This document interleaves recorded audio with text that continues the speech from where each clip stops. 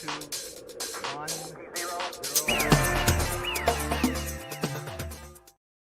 Hello, everybody. Welcome to another episode of Spring Fever. As always, it is me, XFL Jim, joined by the one, the only, the incomparable, the freshly groomed Eric. It is Uncle Rico time in the house. What's up, dude?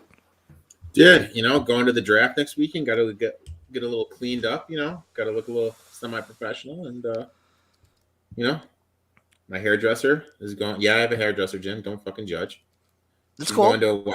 She's going to Hawaii, and after 6 months, I figured it was time to get a cut. I need to get mine soon too. I'm trying to start growing out a mullet. Respect, dude. So I'm going to see if I can work that. 2023 is the year of the mullet. Me and another coworker are doing that. But my only thing about the draft, I watch it to analyze who I think would wind up very well in the XFL in 2 years. Respect. If you had to pick one player in the draft you think would be in the XFL or USFL in the next 2 to 5 years. That's going to be a top 5 pick, Will Levis. That would be a first round pick. Will Levis, without a doubt. That's a good one. I think he'd actually do fairly decent in like the USFL. He's got a good vibe to it. He's got the weird vibe too. I think he'd be a good sideline interview. Will Levis. Anthony Richardson. Okay, he would kill it in the XFL. Yeah. Who else? Because like Tomu already has the mold, and Anthony Richardson has all the ability. If Anthony Richardson was in the XFL or USFL, that would be awesome. Let's see, mock NFL draft. I'll go by Pro Football Nation.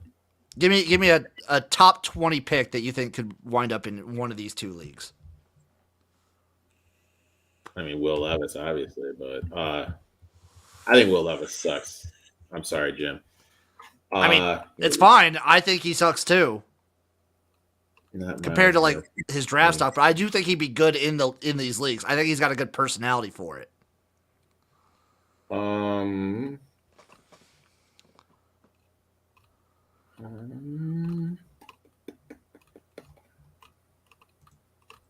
gonna go with that. You know what? Quentin Johnson. There's just something about him I don't like, dude. There's just something about him I just don't like. But do you like him enough to put him in the XFL or USFL? I do, because I want to hear him succeed. There's rumors going around he's not getting invited to the draft because they're afraid he's going to fall to the first round. He has a lot of drops. I don't know. I'm not sipping the Kool-Aid on him, my friend. I like that. I like that move. But that's the future. We start the show by looking at the past. Week 9 of the XFL and Week 1 of the USFL went head-to-head, Eric. They went head-to-head. It was a lot of spring football. It was the spring football like mega site last weekend in the garage. It was awesome. I loved every second of it. What'd you think of the dual weekend for whatever you caught? Entertaining. Obviously, Vipers versus the world. Biggest takeaway for me. I mean, Jesus, dude. Oh, dude. They always seem to get screwed. Shout out John Park on YouTube, by the way. Hi, he's new here. No one questioned anything. He's new here, so we act normal, everybody. What was your other one? Gutsy effort by the Renegades could be a little dangerous come playoff time against the Defenders. Total beatdown by the Sea Dragons against the Battlehawks. Showboats. I mean, that running game with Collins, legit phenomenal uniforms. I still don't. I disagree with you there, but okay. Still don't understand why the Gamblers passed the ball on with a $1.50 left in the game to cost us that under. Stallions, just a machine. We got to fade them when they get on the road. Breakers are the Breakers, dude. Both of us think they're the top team in the USFL right now. So I did the little USFL, XFL power rankings with Chase earlier in the week. I think the Stallions basically haven't lost a step. Biggest surprise. Okay, my main takeaways for the weekend. XFL was great. USFL was great. It was all great. I'm never going to say anything negative about more spring football. And for the first time, there was people, obviously, I don't understand the people that are like diehard USFL, anti-XFL, and vice versa. Yeah. They're just like, they're trying to tout TV numbers. Stop it. Stop it. Other takeaway, Renegades are a team to watch out for, I believe. I think Luis Perez has added a layer to that team that gives them an offense, which is delicious. Biggest surprise for me was just how good offensively the Panthers looked. The Panthers have a team. Yeah, they look a lot better. They looked a lot better. Lot better. After week one, with the being the point total differential, they're number one in the North now. The Renegades are number one in the North? The Panthers. Oh, the Panthers. My bad. The Panthers. The Panthers are number one in the North for the USFL. The Renegades are still very alive. Technically, the Brahmas are still alive for the playoffs, by the way. Love it. And there's a lot of weird playoff stuff going in. I'm just happy they're both playing at the same time. I will say, I don't know if I fully buy into the USFL saying there was... They said, I think, 30,000 people were at the Memphis game. I don't know if I buy it. I'm not buying that. That fills up half the stadium of the Liberty Bowl, which only holds 52,000. It's called math. And they section off of... Yeah, it's not mathing. But the football was great. Everything was awesome. Let's talk a little XFL playoffs. But before we do that, actually, there was some other news. Strangely, the XFL players voted against unionizing. So for those of you who remember, the USFL players voted to unionize last year with the Steelworkers Union. So the Steelworkers Union again came to the XFL, said, okay, let's unionize. The XFL players voted against it. Not all the players vote. To be fair, for both these leagues, not all the players voted in either one. But it's still strange to me that as a football player, you wouldn't want to be in a union. I don't know if there's what rules the union had. I don't know if the XFL was trying to like backdoor some stuff with the players to like say, don't join this union. I don't know. No one knows the full story. It's just weird. It is a little weird. You have a chance to unionize. I mean, you have to do that. That's common sense in my eyes. I feel like, yeah, especially when you're putting your body on the line. Like maybe they do it next year. Who knows? Maybe they do it in the off season. Who knows? This was a weird thing that came out. That's the only, I don't know I wouldn't call it good or bad. It's just weird. It Strange. Is very weird. Strange is the word I would use. Strange. Strange is the word. So let's do a little quick recap of all the games. Vegas, Houston started us off. Vipers lose 21-28, like Eric was alluding. Vegas against the world. Rod Woodson even said it. That woman ref, I feel like Rod Woodson was just going to be calling her a bitch all the way back home. I don't know if you remember, but there was that female that was on the stream that one time, and you guys obviously had a little tension going on. It was very similar to that, guys. I did. I think it's the equivalent, dude. Just two people with a lot of tension between them, and yeah. Also, we kind of saw this with Vegas and with Orlando. Speaking of which, Orlando lost 23-25 to the Brahmas. They're the worst two teams for a reason. They make stupid decisions and bad mistakes, especially at the end of games. Vegas was up at halftime. Vegas was up at the half, and they just falter every time. Real quick, Jim, I have my 16 list right here. You want to hear my top 16? Oh, yeah, let's pause this. Yeah. All right. My number one, I went Defenders. Okay. What'd you have number one? Starting at the top. I think I still, based off their production last year and how they looked this year, I think I'm putting the Stallions. But it's close. I talked about this with Chase. It's close. You want to go 16 up? Do you want to go 16 up or one? Well, we already started at one. Let's work our way down. All right, so 2, I put Stallions. I would put Defenders. Basically, to me, they're pretty neck and neck. That Defenders defense is really, really good. But the Stallions, how they looked last year and this year, I can't not put them one, personally. 3, this may surprise you. I went with the Sea Dragons. I don't hate it. I don't hate that either. I think 3 for me, I would either put the Sea Dragons. I couldn't fault you putting the Battlehawks. I couldn't fault you putting the Stars. Okay. I'll go Sea Dragons with you. 4, I put Battlehawks. For me, it's the Stars. Stars 4. 5, this is where I get a little crazy. I put Breakers. This is where I'm going to put the Battlehawks. I think they're just so consistent on offense. They're so clean. I'll put the Battlehawks at 5. Breakers are still 6. breaking in. Like they looked a little rusty. They look like they're still shaking some dust off. 6, I put the Stars. That's where I'll put the Breakers. Okay. 7, I went with the Roughnecks. 7.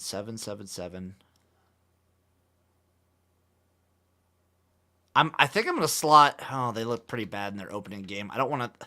That opening game might be coloring me too much for the Generals. I almost wanted to put the Generals there. Preseason, I probably would have, but that game 1 left a lot to be desired.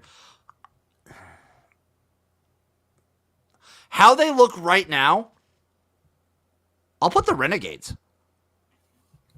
I put the Renegades at 8. I'll just put the Roughnecks there. Actually, no, yeah, I'll have the Roughnecks there. 9, I put the Panthers. Yep, I was about to say I was about to put the Panthers at 8. They're kind of right there too. Their defense was staunch last year. It's still really good this year, and the offense looks like it's actually a really good offense. So yeah, Panthers. 10, I really, really, really like the Showboats run game with Alex Collins. Yep, I could definitely agree with that. I'll back you on the Showboats. And I hate Todd Haley so much. 11, team I was really disappointed in, I put the Generals. Do I want the Generals below any other XFL team? I think I'll put the Maulers there. Okay. That defense was just so good. You were that impressed with the Maulers? The defense. It was the defense that just made it for me. Really? Okay. Yeah. Okay. Defensive line for the Maulers might be like top 2 in either of these leagues. Limited sample size, but the Maulers looked really good, in my opinion. 12, I put the Vipers.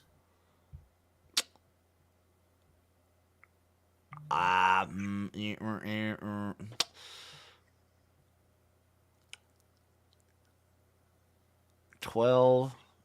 There's 6 teams after this. No, there's only 16 teams, dude. Yeah, but this is 12. Oh, there's 16, so 4 teams after this.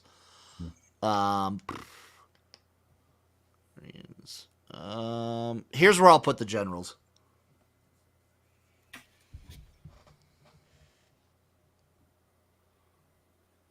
This is all off the top of my head, by the way. Okay. Who's your 13? Brahmas. I'm putting the Guardians. Okay. 14, I put the Maulers. This is where I'm going to put the Vipers. 15, I put the Guardians. I will put the I'll put the Brahmas here. So we both have the Gamblers at last. Oh, Christian coming in. The Maulers are ass. I disagree. I think the Maulers defense is like, I mean, this is one game sample size, but that defensive line made me cream my pants. And I think if they can make every game into a rock fight, they can be dangerous. Did you ever watch that movie? Oh my God, what was that movie? I'm spacing on the movie. MacGruber? I did. You know that sex scene? Was that like you watching the Maulers defense? You're like, yes. You probably saw it on stream. I was probably creaming on stream.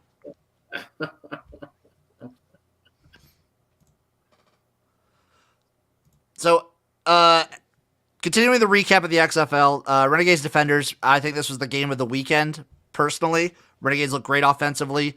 Defenders are looking a little vulnerable at the moment. And I may or may not have taken a 14-1 future on the Arlington Renegades to win the whole league.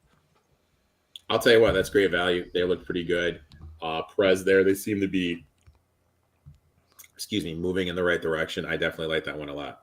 So I'm sitting now. I have 3 futures, Eric. Actually, I got 4 now because I just took one on the Sea Dragons as well. I have the Battlehawks at 6-1. Okay. I have the Sea Dragons at 5-1. I have the Roughnecks at plus 650, and I have the Renegades at 14-1. So basically, the only one that could screw you is the Defenders. Yeah, the Defenders could fuck me over here, but they're the only one. Now, wasn't the Defenders, weren't they rolling out King, though? In the second half, they were, but they had Tomu at the start. So, okay. That's also a potential thing that could factor into this. But, like, Jordan Tomu still, like, 14 for 20, 188, 2 touchdowns and an INT. The big takeaway for me that the Renegades did is they stopped the Defenders' run game. Yeah.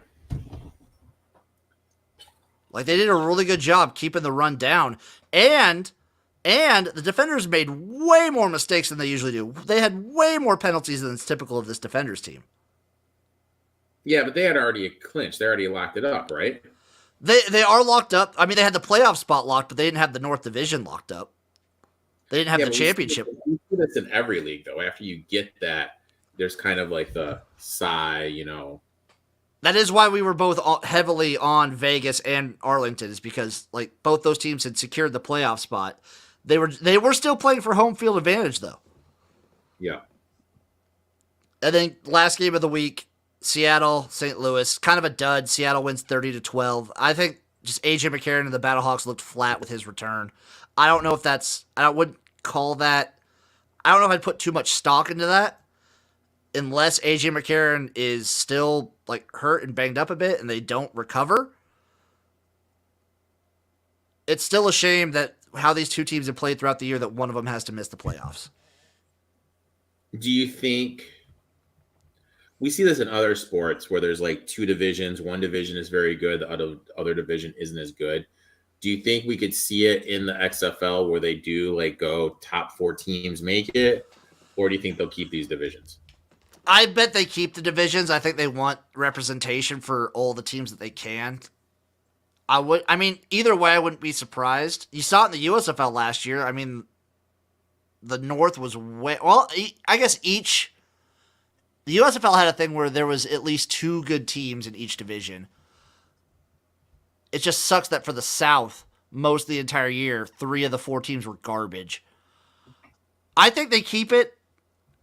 I wouldn't be surprised either way, though, and I wouldn't be surprised. I know a couple people mentioned I would kind of love if they do the CFL's rules, where I think if certain teams don't make a certain win percentage in that division, then another team from the North could get in.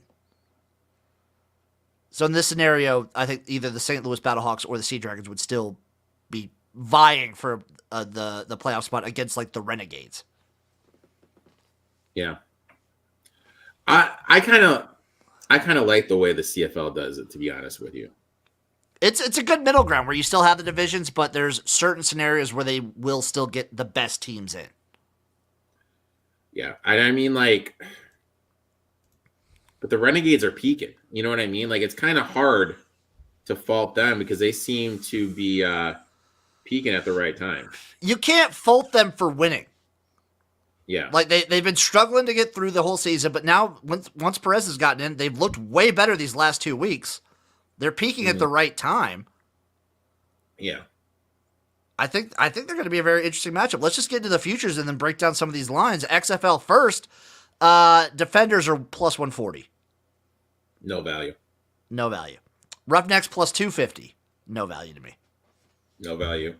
I mean, what do we get them at? I think I have them at like 7-1, I think. I got them at 650. Okay. Sea Dragons 5-1. Battlehawks plus 550. We'll repeat those. Sea Dragons are plus 500. Yeah. Battlehawks are plus 550. Okay, so the Battlehawks need to win by 19 points So, more. here are the playoff scenarios. So, here they are. Frozo, shout out Frozo in the chat. Sea Dragons, it is good. I have a future on them. So the scenario is if the Sea Dragons lose, the Battlehawks are in, just no matter what. So if they both lose, Battlehawks are in. If they both win, it gets weird. Yeah. If they both win, there's the XFL third tiebreaker is point differential. So if the Sea Dragons beat the Vipers, the Battlehawks would have to beat the Guardians by 19 more points than the Sea Dragons beat the Vipers by. So say if the Dragons beat the Vipers by 10, the the Battlehawks would then need to beat the Guardians by 29 points to make it into the playoffs. How I took what you said. This is going to be my strategy going into week 10. Hear me out. Oh, no, never mind. No, because the Sea Dragons Vipers are the last game of the season. Yes, so the Battlehawks do play first. If that was flipped, I mean, I'm going to take the over in the Guardians Battlehawks game because they just want to score as many points as possible. I don't know. So do you bet with or against pressure is the question. Me? Because there's a lot of pressure. There's a lot of pressure on the Battlehawks and the Sea Dragons, and the Vipers and Guardians literally have none. Me, I bet against pressure. I know you, and I know you do. I bet against pressure. Also, I believe the XFL is playoff bonuses, no? Yes, I think so. It continues. Yeah.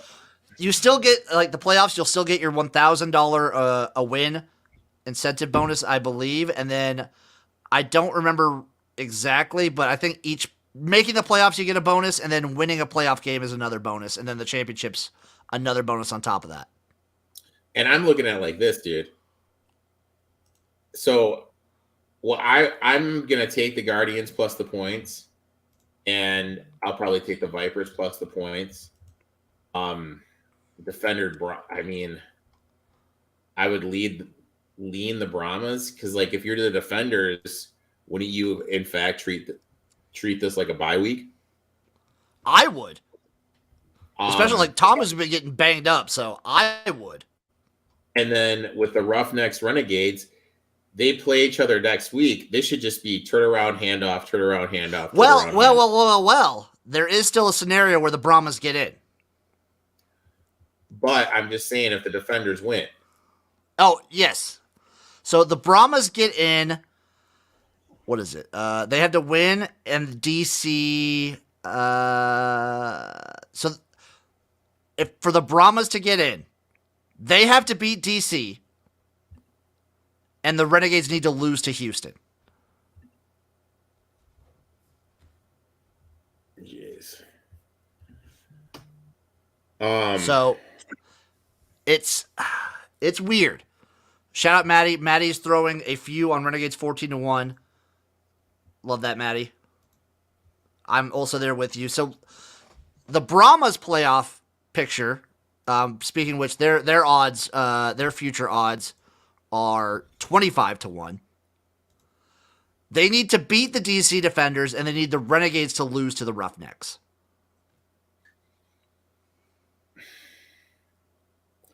They need the Renegades to lose to the Roughnecks. And what are their odds? 25-1.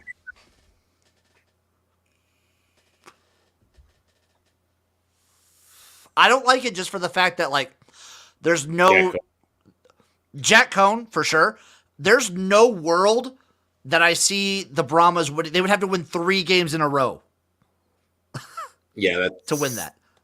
Yeah. There's zero world where I see that. There are no realities where that happens. Yeah. So let's get to the game lines, Eric. XFL, Week 10. It's the final week of the XFL. We're here. It doesn't feel real. No. Game number 1. Guardians, Battlehawks in St. Louis. Battlehawks are -9. The total is set at 48. It's the highest total of the weekend. I take the Guardians, dude. I took the Guardians. I took them earlier today when it got to 9. It opened at 8.5. I think you got to take, I fade pressure, dude. Yeah, I think the Battlehawks need this win. They need to win by a shitload of points, and I think that pressure is going to get to them. I'm also going to take the over. You're going to take the over? I'm going to take the over. I think there's going to be a lot of points. I think defense is going to be a little lax. I'm going to take the Guardians of the points. I might sprinkle on that money line too. You do a little sprinky sprink? Plus 280. You do a little sprinky sprink? I'm doing sprinkle hand motions right now for those people just listening. But yes, I will sprink. Game number 2. Defenders Brahmas in San Antonio. Defenders are -3 on the road, over under 42. So I'm going to take, for me, I'm going to take the Brahmas just because if I'm the Defenders, I sit a lot of people out. This is kind of like a double thing for you where I think the Defenders are treating it like a bye week. They already have first place locked up. And I know you hate road favorites. I hate road favorites. I despise favorites. I'm also going to take the Brahmas +3. I hate doing this with Jack Cohn. I'm going to take the over 42 in this game too. This is more of a trend bet. Defenders have only had one game the entire season go under, Eric.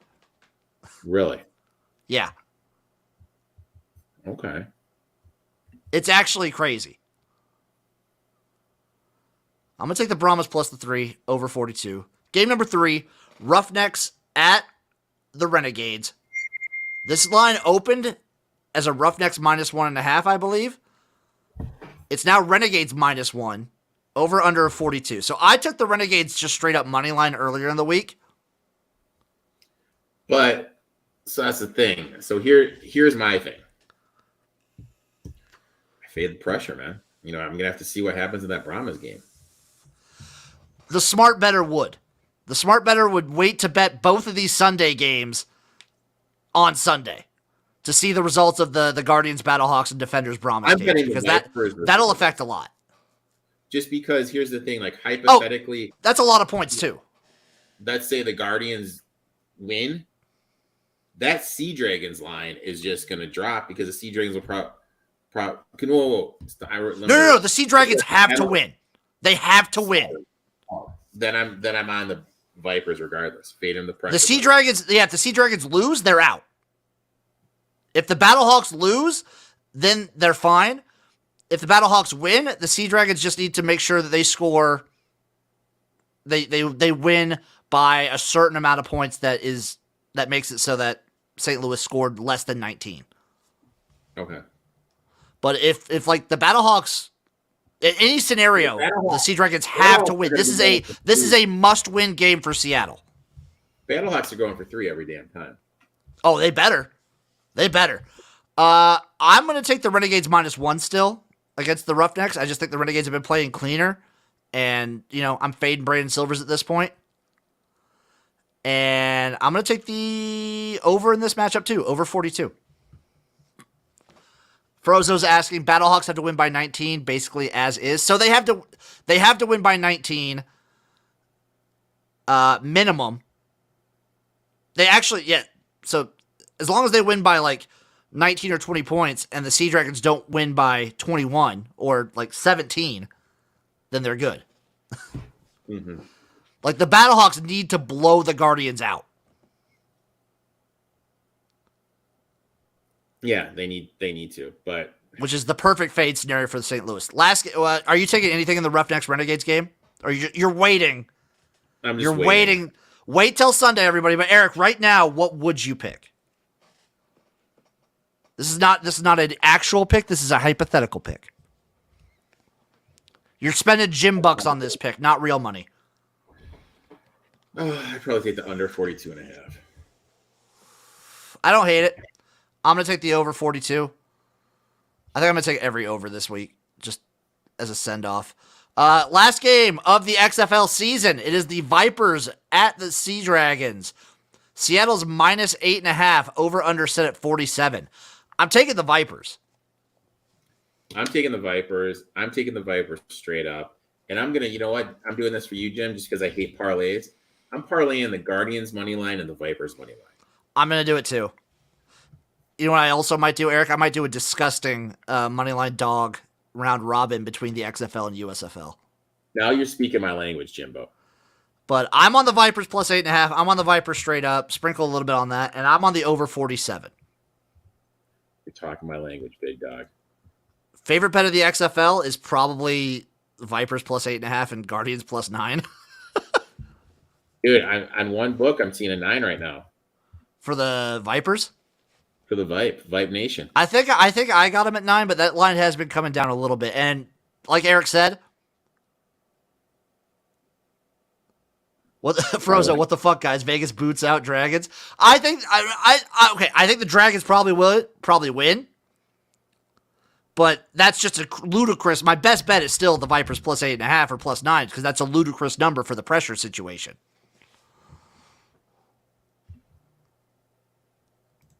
Let's talk a little USFL, Eric. I'm looking right now. I'm seeing a 9.5 for the Guardians. Woo! Jeez, dude. Give me that.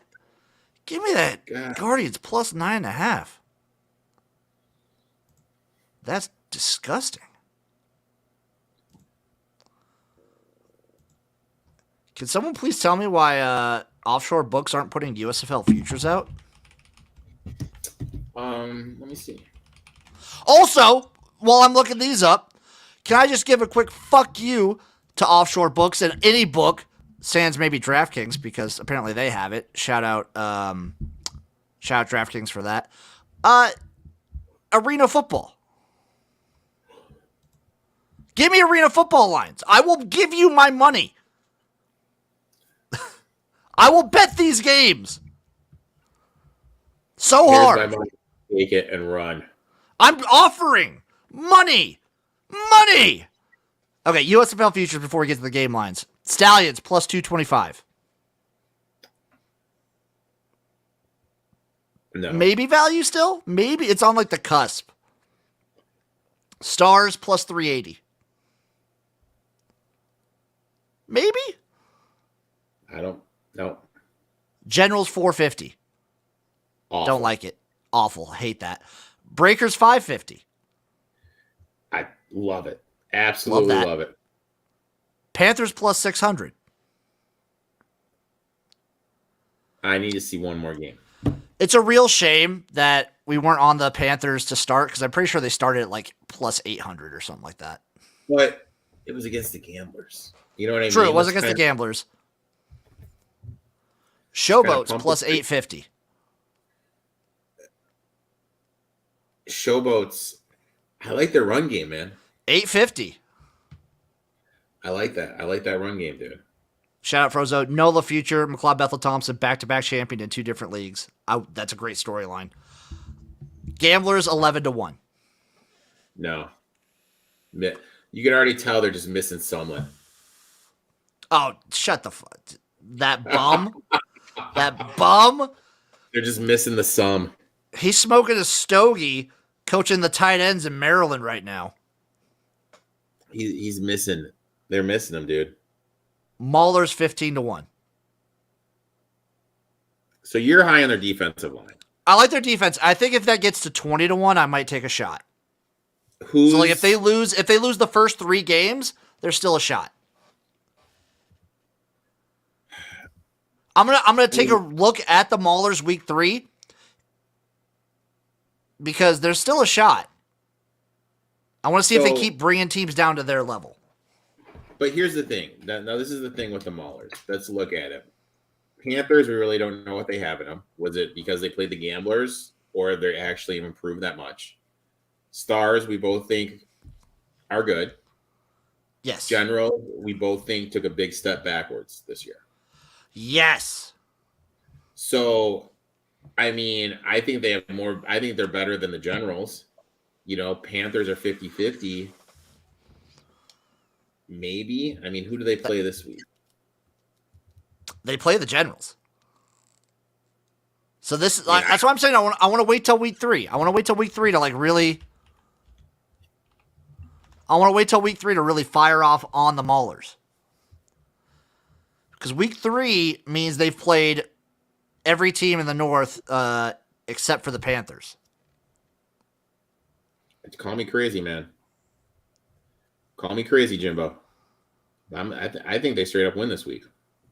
Yes, I do too, and we'll get into that. Let's start breaking down the game lines. Gamblers, Breakers. Breakers are -6. Totals at 39. Gamblers, Breakers. -6 for the Breakers. That's a lot of points, bro. That's a lot of points. I mean, the Breakers, they did put up 22. If the Maulers' defense is as good as we think it is, the defensive line, that is a pretty good number. I also think the Breakers' defensive line is really good too.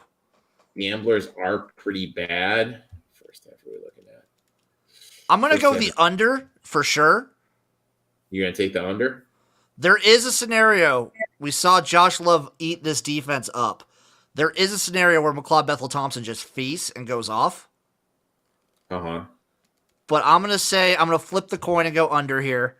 There's a scenario, there's a chance that the Maulers' defense is decent, and the Breakers' offensive line is just not that good. Just bad. There's a chance, and I'm going to take that here with the under. I don't know, man. 6 is a lot of points, but I'm going to back the Breakers. You're going to back the Breakies? Yeah, I'm gonna go with Dave the Wave here. Give me the Breakers. Brave man, Jimbo. You're not touching anything in this game? Dude, there's 2 bets I like, and they're the same game, my friend. Let's move on then. Showboat Stallions. Stallions, biggest spread of the USFL this weekend. Stallions are -8 versus the Showboats. Total's at 44.5. I'm going to take the over.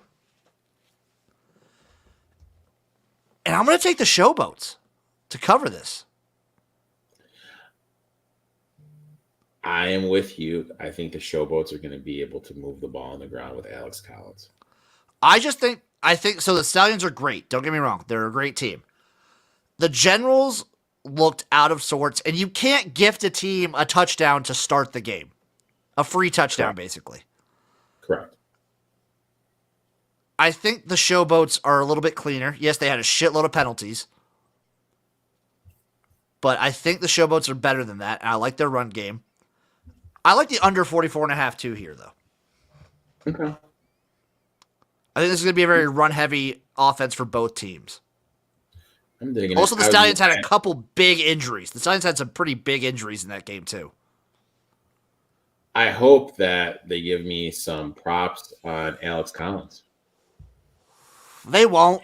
These cowardly books. Give us props. Give me, I was talking with Chase about this. Give me exact championship matchups. You want to go like that? You want to go exact championship matchups? I love doing that for the Super Bowl and the college football playoffs. I love exact matchups. Could you imagine an XFL championship, like exact matchup that would pay out if you did the Sea Dragons and the Renegades? That'd be insane, dude. It'd be awesome. That'd be insane, bro. Dude, I'm just offering my money. I am offering sportsbooks my money if they give me these things to bet on. Cowards. Just cowards. The lot of them.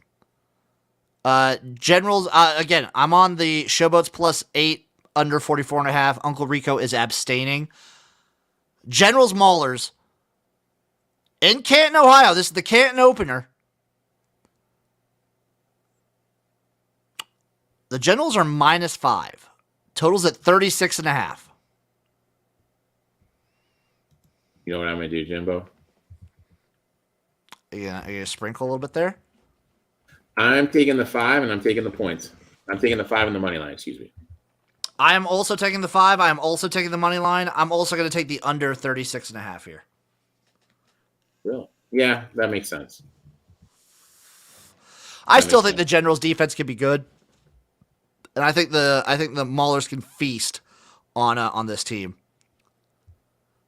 Frozo, shout out. Not a fan of Prukup. Wish DJ had the reins. I didn't think DJ looked that great either. I didn't think DeAndre Johnson looked fantastic either. You didn't think he looked that good? I didn't think either quarterback looked great for the Generals. Also, yeah, fuck Todd Haley. Last game. Panthers Stars. USFL game of the week for me. I'm calling this the game of the week. Stars -3, over under 46.5. This was tough. This one's tough, Eric. I loved how the Panthers looked week 1. I liked how the Panthers looked week 1, but the Gamblers did turn the ball over a lot. Is that they them? did? What are we working with here, dude? I'm going to go with the Panthers +3. I think the Stars win, but I think this is a really close game. And the 3 in the USFL makes a lot of sense because the kickers suck and they miss these extra points all the time. How many fucking extra points did we miss? How many beers did I tornado this weekend, Eric? Dude, I'm amazed you weren't fucking hungover, dude. I'm also amazed I wasn't hungover. It was 11 tornadoes. Jesus, dude. You're a brave man, dude. It was dumb. I'm going to take the Panthers plus the 3.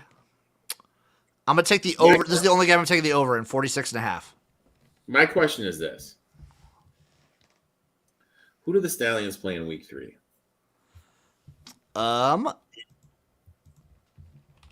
Actually, I have it in my little planner right here. Week 3, the Stallions will play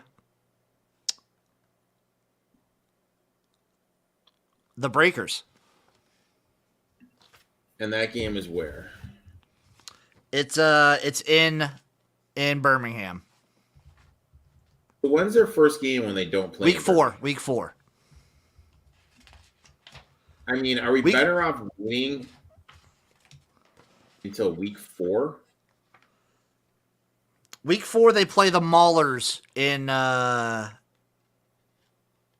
Canton. So it's not really a true road game because there's not really going to be a road crowd. Yeah, that's true. Like you actually might see more Stallions fans there than Maulers fans because the Stallions did play there last year for the playoffs and the championship game. So their true first quote-unquote their first road true road game is week I think it's week 6. Week 6 against the Panthers. Yeah, they don't play a true road game till week 6. Dude, part of me thinks we fade him right now, and then if that doesn't work, then we fade him again. You kind of take the shot here in week 2? Yeah. Take the shot, see what happens, and then go from there. Yeah, I think the best bet though for the USFL, again, I'm on the Panthers +3, over under 46.5 in that game.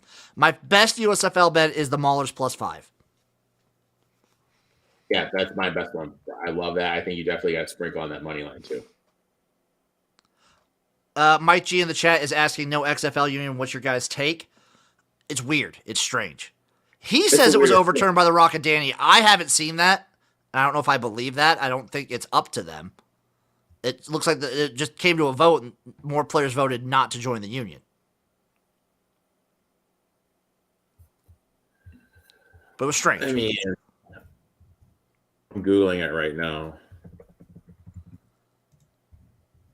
But we have, dude, this is just a great time to be alive. We have overlapping spring leagues, I think, for the next 1, 2, 3, 4. And then I think it just goes all the way till July when the USFL's done because the CFL starts up at the end of May. I mean, you got to be in heaven, man. I am living life to the fullest at the moment. I don't know if I'll ever sleep again. Yeah, you're just a little like a kid. I'm like the kids with the Willy Wonka factor when they go to the candy room. That's what you are, like the kid. I'm about to fall into the chocolate river. I'm just gorging. Oh I my really god! just, I think with the union stuff, I think the players just voted no. Why would they vote no? That doesn't make any fucking It doesn't sense. make sense. It's strange, but that's what I'm seeing is they just voted no. Frozo's asking what's the upside downside for unionizing in the XFL. I don't know any downsides for a football league unionizing. Like you have to pay union dues. But they wouldn't do it for that though. No, they wouldn't. No. I can't think of very many downsides. My thought process is the XFL did what a lot of workplaces do, and they maybe like propagated anti-union like stuff to a lot of the players to kind of like steer them in that direction. So it's the only thing I can think of. 124 to 73. Yeah, not every player voted, and not every player voted in the USFL one last year either. There's many players who just didn't vote or who challenged it or something like that. So maybe if more people voted, it would have been different. Something had to been done behind the scenes, dude. Something probably was, but I don't know if we'll ever figure that out. And maybe there'll be another vote in year 2. Who knows? The USFL did have, like I saw some comments, the USFL had more things going for them to incentivize the players to join a union, like getting them housing, getting them like travel, things like that. The XFL is already covering that, so maybe that the incentives to unionize drop a little bit, but I still think there's incentive there. So here's something. What is the XFL? It's a league to get into the NFL, right? Not in my world, but sure, that's fine. You can say that. You can say that. It's fine. It's fine. I don't know how unions work. Can you like just join a union and then if you make it to the league, like get out of it? Probably. I mean, I would assume like the USFL does it. You know, and maybe they're holding out. Maybe they hope that in some world they can join the NFL union because they want to be under the NFL umbrella. It could. So that's the other thing that I was thinking. Maybe they didn't want. So it's the Steelworkers Union that's organizing this. Maybe they didn't want to join that union in particular. Yeah. Maybe they're holding out for different unions. It could be that. I mean, something to think about, man. I mean, that's a strong possibility. Like they might want a different union. I mean, we really don't know. Yeah, that's the only thing I can think of. That's the only thing I got too. Last bit of spring football news. Major League Football did something which doesn't mean anything. Any player or anyone who knows a player listening or watching, steer them away from the Major League Football organization. Steer them away from that. So, you remember last year about it at all? So this organization started in 2014. Their gimmick is that they're a publicly traded company, so players can just regular people can buy stock in the company. And they've been trying to start the league since 2014. They've played 0 games. Exactly. I know, Washington football player. Major League Football is a scam. Total huge scam. They had 4 markets last year. And they got practice, and then the week that it was supposed to go live, the league folded.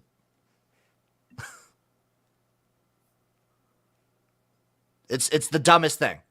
So just anytime you see any like Major League Football stuff in the news, steer people away from that. Make fun of them. It's funny. It's funny that the league is stupid and they're still trying to do it, but it sucks for the players that get wrapped up in there and give them like a false sense of hope. It's BS, dude. It is absolute BS. Any parting words, Eric? Any parting thoughts on this mecca of spring football that we have?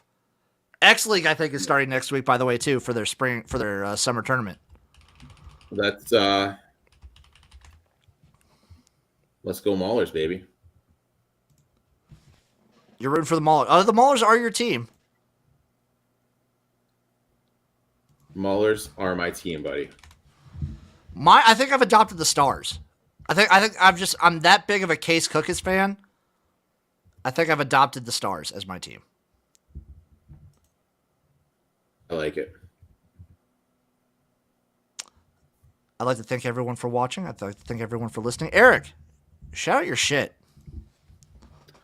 Dude, I got a lot of stuff going on, man. Like, how much stuff? You're you're like busier than me right now. My podcast comes out every single Friday. The Talk 2 on Sports podcast. Jimbo's always on it talking some football. My live stream comes out every single Tuesday night where I just talk about betting, horse racing, whatever is going on in the betting world. New every single day. There's an NBA game. Me and my boy Gino. We have a show called Fast Break Bets where we tell you that the bets to lock in for the NBA betting thing, betting card. And then breaking news last night, Gino and I are going to be on DRF every single Saturday. Woo! So, yeah. Got some stuff going on, man. Shout out X League. May 4th, Thursday, May 4th. The Spring Interleague tournament begins. I like it. So I like it. Get fucking ready for that. Jam Space, the Stars jerseys and colors are trash. Yes, they are, but they're trash in the very funny way. They remind me of Hardee's, delicious burgers and fries. I love it. Frozo has one last parting question. Eric, I hate these questions, but I will answer it because Frozo's a real one. Who won Spring Fever last week, the XFL or the USFL?